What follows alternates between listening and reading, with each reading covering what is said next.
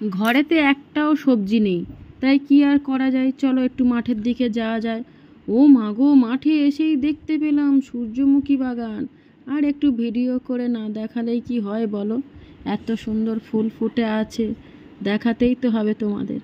আর চলে গেলাম বাগানে। আর চারিদিকের পরিবেশটা কত সুন্দর তাই না, প্রাকৃতিক সুন্দর একমাত্র গ্রামেই দেখতে পাওয়া যায়। আর আমি এই কলা পাতা কেটে নিচ্ছি, কলা পাতায় করে সবজিগুলো গুছিয়ে গুছিয়ে তুলে নেব।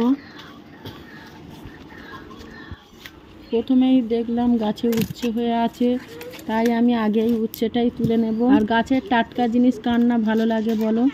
আর আমি এই উচ্ছেগুলো তুলে নিয়ে কলা পাতাতে রাখলাম। আর চলে গেলাম ফুলকপির কাছে, দেখলাম ফুলকপি হয়ে আছে ছোটো ছোটো।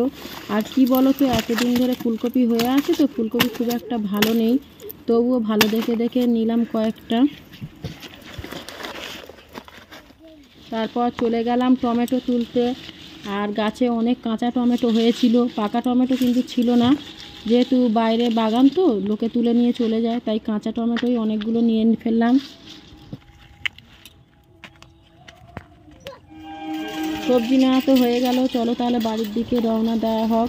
আর বাড়ির দিকে যেতে যেতে দেখতে পেলাম ট্রেন আসছে, তাই ভাবলাম একটু ট্রেনের দৃশ্যটাও তোমাদের কাছে তুলে ধরি। আমাদের বাড়ি কিন্তু রেল লাইনেরই সামনে, খুব একটা দূরে নয়। চলো তাহলে টাটা, বাই বাই।